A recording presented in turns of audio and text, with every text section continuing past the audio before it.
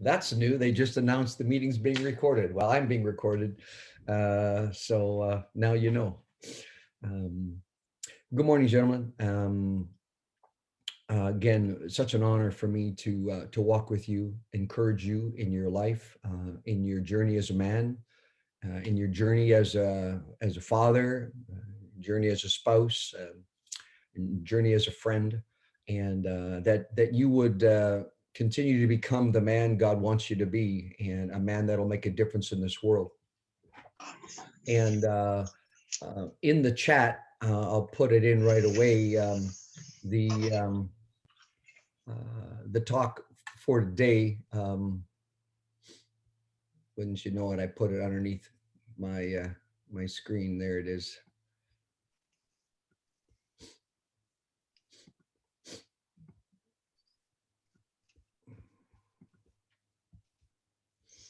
All right, we'll try this again. There it is. So those of you who can pull it open on the chat, we'll have it to follow along, and Chris will put it in WhatsApp. For the guys that are new, Chris will set you up to be on the WhatsApp group, and then your small group leader, your breakout room leader, will help you get part of your subgroup of 5 or 6 guys. And yeah. So this morning, I want to talk about the sins of withholding.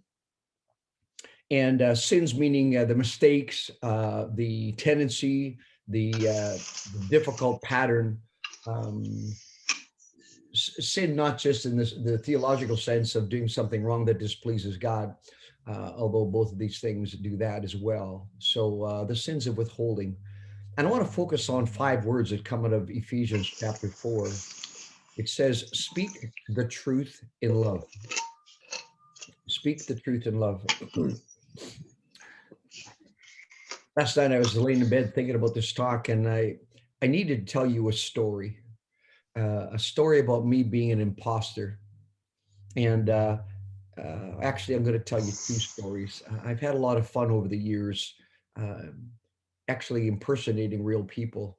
And so I was speaking with the group called Youth for Christ, um, and it was down in California, um, and I'd flown down from Vancouver to speak with the group from Calgary and Edmonton. There was about I don't know, 6 busloads, 7 busloads, 200 to 300 kids.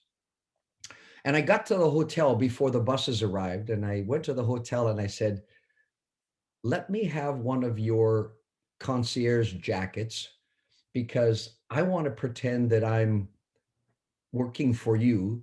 I'm the speaker for this group of kids, and I want to play a game on them. I want to be an imposter."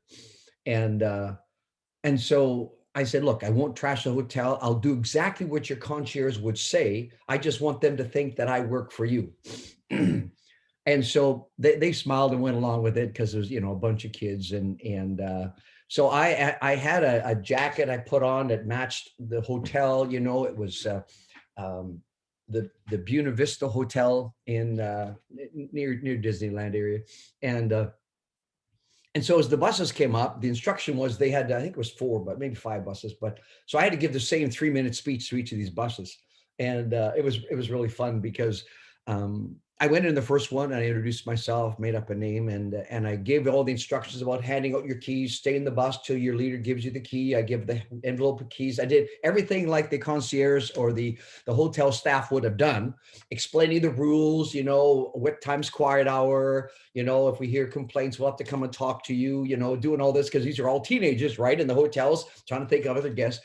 I did it all, every bus, and not even a flicker of thought that I wasn't the guy. And then that night, when I was introduced to speak, I kind of kept myself hidden and toward the back. So when I was introduced to speak, I went up with my regular clothes on. And then everybody said, well, why is the concierge speaking? Why that, like, he shouldn't be the speaker. Why? And they didn't realize that I'd done the imposter thing. Another story about being an imposter. Um, I was in the Philippines. I was at a World Congress called Lausanne 2, And there was people from all over the world there to talk about how to better reach the world with the incredible truth of God's love. And I was one of the 60 representatives from Canada. And I was paired up with a guy from Chicago who worked in Germany in missions there.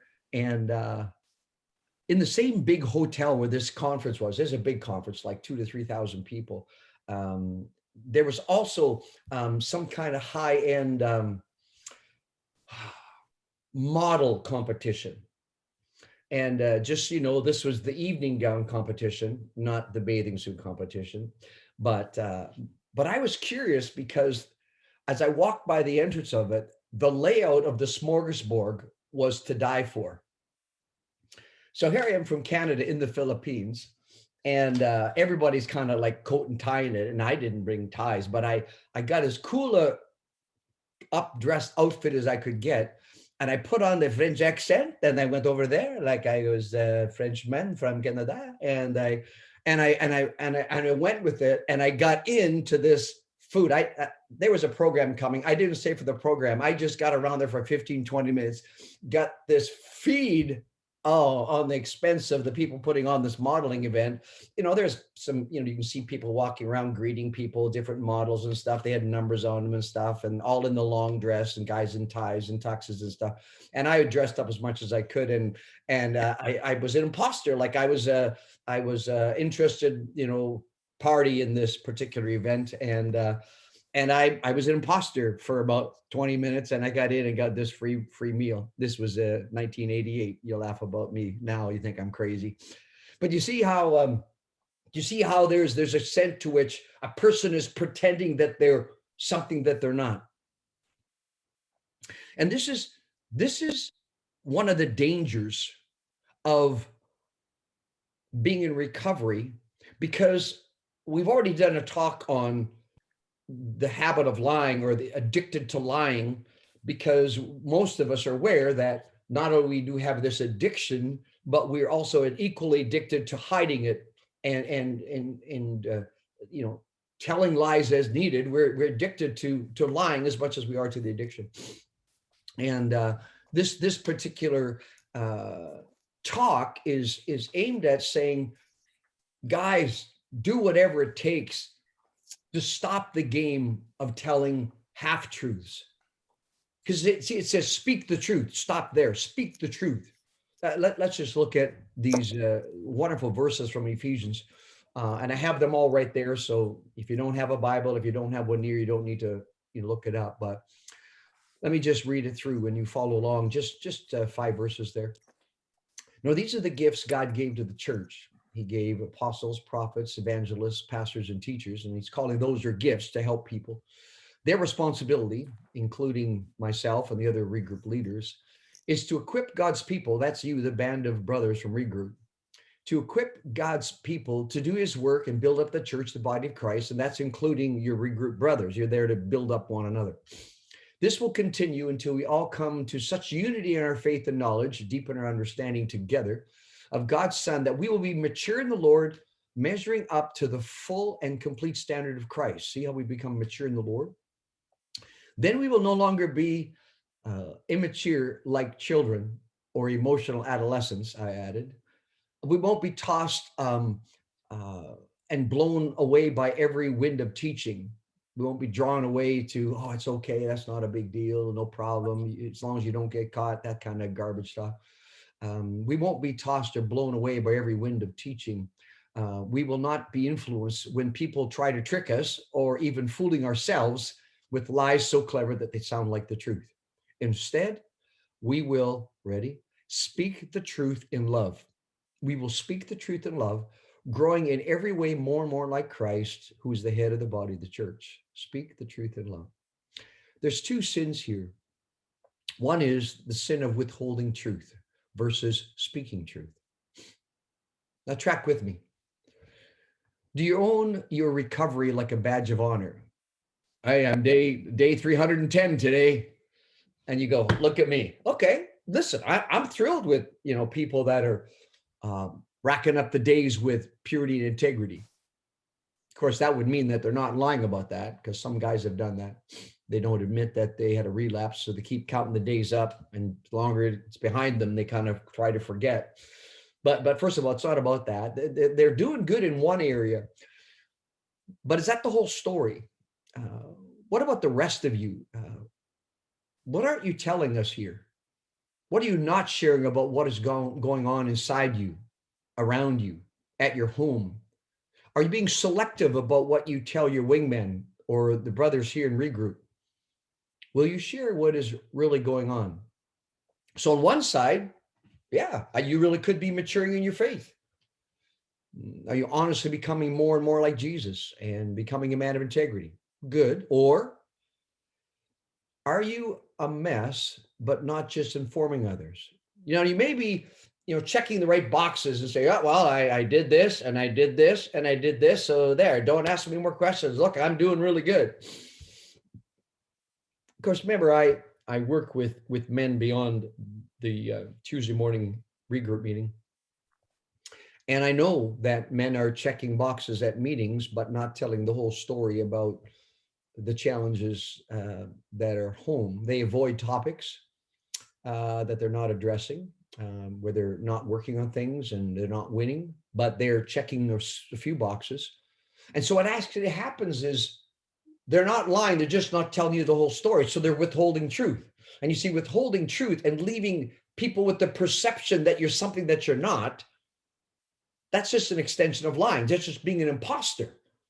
And so just like, whether it was in Manila, where I pretended to be some kind of French judge, or whether it was I was the concierge in California, understand that there was a serious imposter thing going on. I was really pretending to be something that I wasn't. So you avoid topics that you're not addressing. It's what you won't or don't say that will eventually kill you. You see, because understand that if I'm telling this truth, that's good. But if there's other things that are equally true, what's going on in me that I'm withholding and not telling you, but I'm impersonating a really solid, together, doing it right person, we know. Listen, it doesn't mean we can't struggle, but see, then we admit I'm struggling with something. That's okay. All right. See, because there's lies of commission. What I intentionally say that I know is not the truth. Most of us get out of that a little easier than the lies of omission. What we intentionally withhold that hides the truth as it is. Lies of commission, those that I actively know that I'm denying when asked or whatever, where I know I'm lying, or those where I tell half the story, part of the story, leave you in the impression that things are fine. Sins of omission. You imply that you're doing good to keep a good image, but you're shading the truth, or worse, maybe completely withholding the truth. Now, remember, one of my famous lines, and maybe it's not famous, but I use it enough that I think it is maybe. Okay. Power grows in secret. The grip of the enemy, the grip of the addiction grows as you do not talk about it, as you do not address the magnitude of the grip, as you do not address honestly what's going on. Never doubt this. The enemy's power over you and your addiction grows stronger if you keep your garbage thoughts and inappropriate actions in the dark.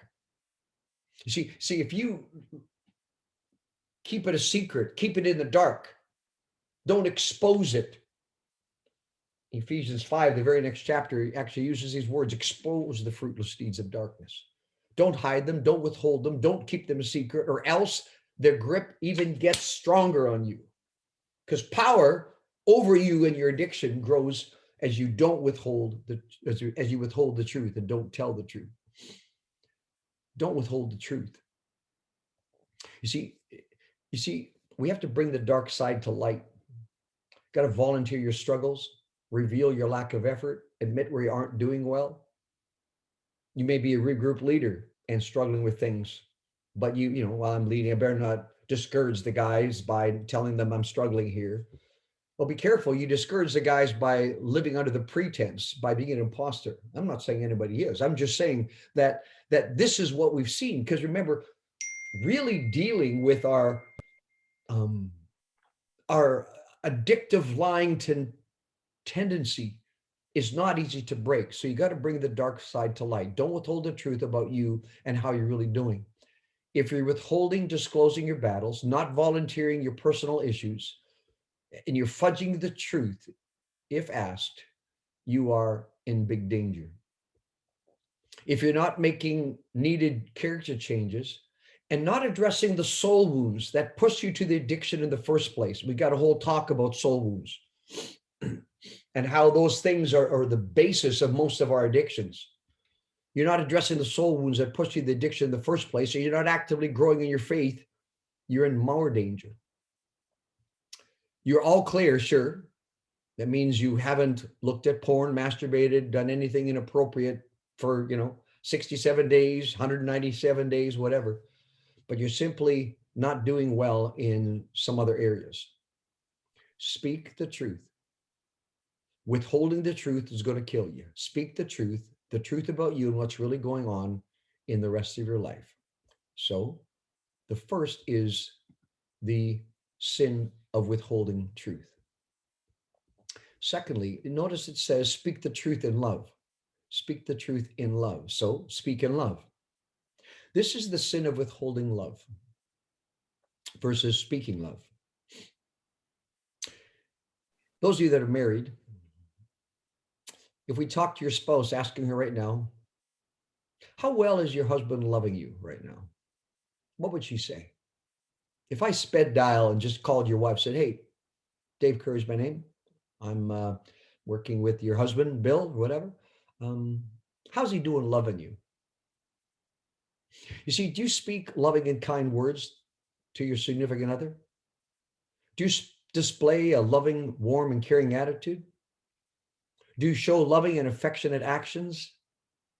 You see, this is being loving, knowing and saying loving words, and the whole attitude. So it's knowing, being, and doing, and it's love.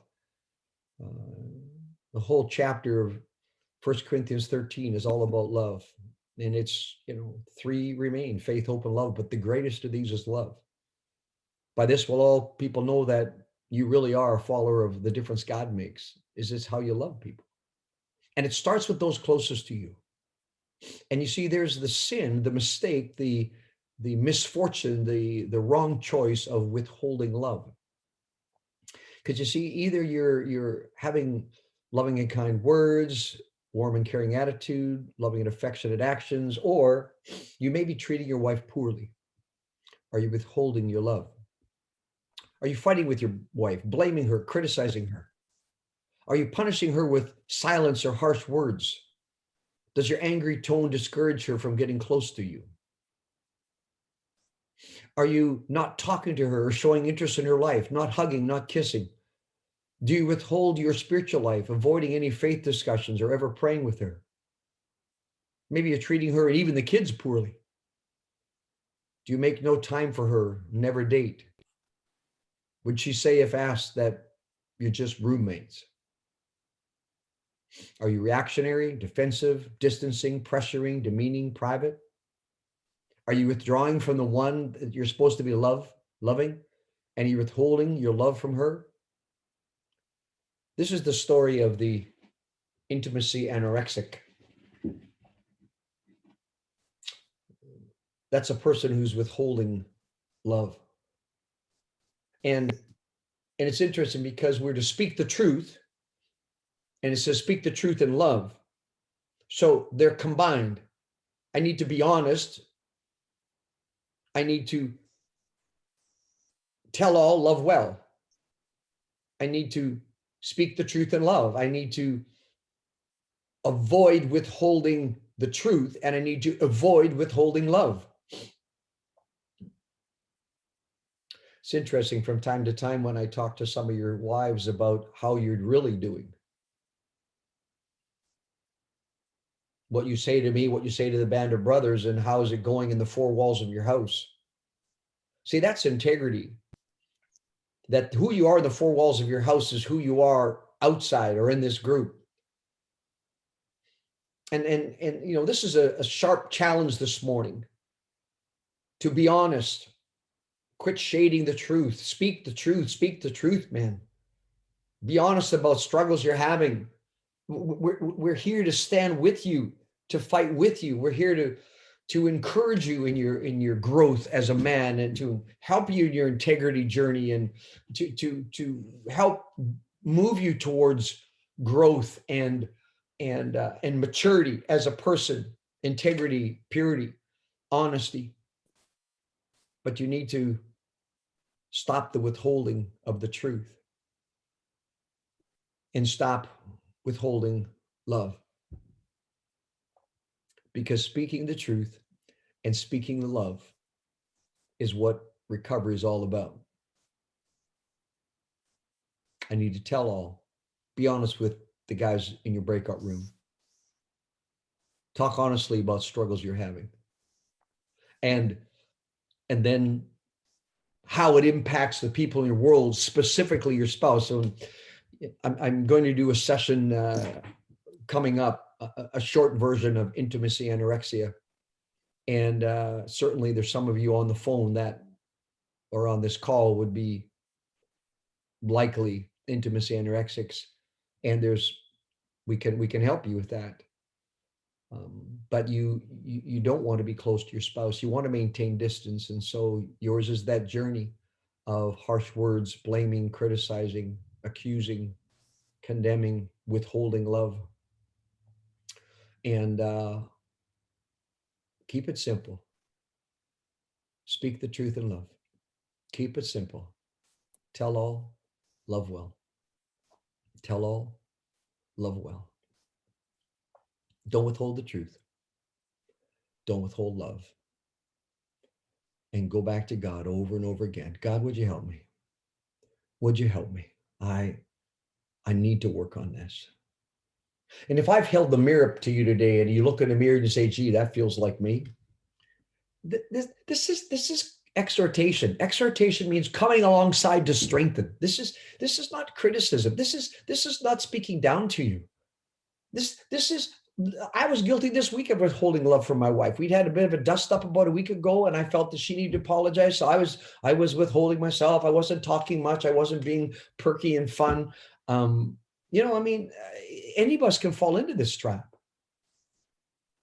But the truth is, come to this group, and you guys that are new here, you're still going to be scared about being honest. It's okay. It'll take you a while. But those guys that have been around for a while, you know the value of being honest. Don't come here to be an imposter. Come here to deal with the history of withholding truth, putting on an image, and just face you. Tell all, love well. Tell all, love well. Speak the truth in love. Gentlemen, I commend that to you today, that you would speak the truth in love. What a great way to go. Let's talk about it.